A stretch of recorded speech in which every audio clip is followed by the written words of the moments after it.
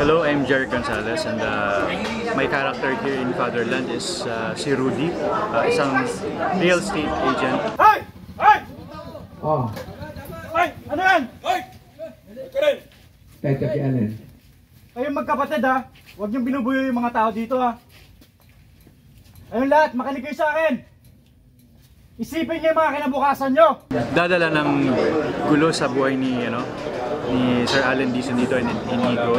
So parang ako yung pinakaunang nasa unang part ako ng story dun sa movie. And sa akin nag-start yung mangyayari sa buhay niya, yung fate niya. Huwag ka nang babalik dito ha. O, di ba matawa mo? Hoy, sabay ka na kayo! Paano kita to ulit dito? Papatayin kita! Of course, working with Direk Joel is always a challenge. And yun yung gustong-gusto ko kaya tinanggap ko itong project na to is dahil Direk Joel to.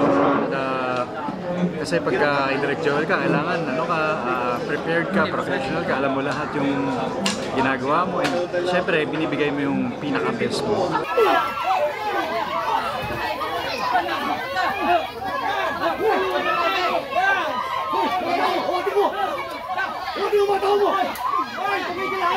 Pressure, of course, pagka si Direk Joel, kailangan palagi may pressure kasi you have to do your best, kailangan memorize mo yung line mo.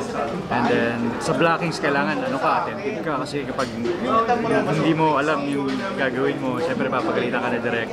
Pero, ganun dapat yung actor. So, kaya palagi ako natututo kapag nag-work ako with Direk Joel.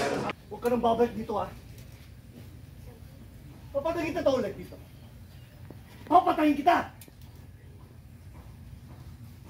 Ayun na, isa tayo. Tayo tayo!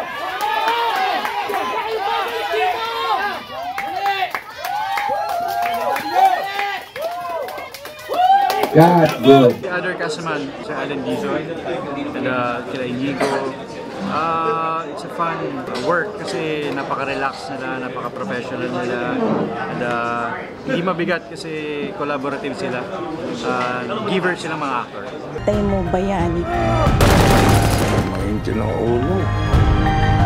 Parang dilubyo. Hey! Maghintay kayo. Dahil makikita nyo kung sino ako. Hello everyone, I'm inviting you to watch Fatherland ngayong April 19 na po yan sa Cinema Station.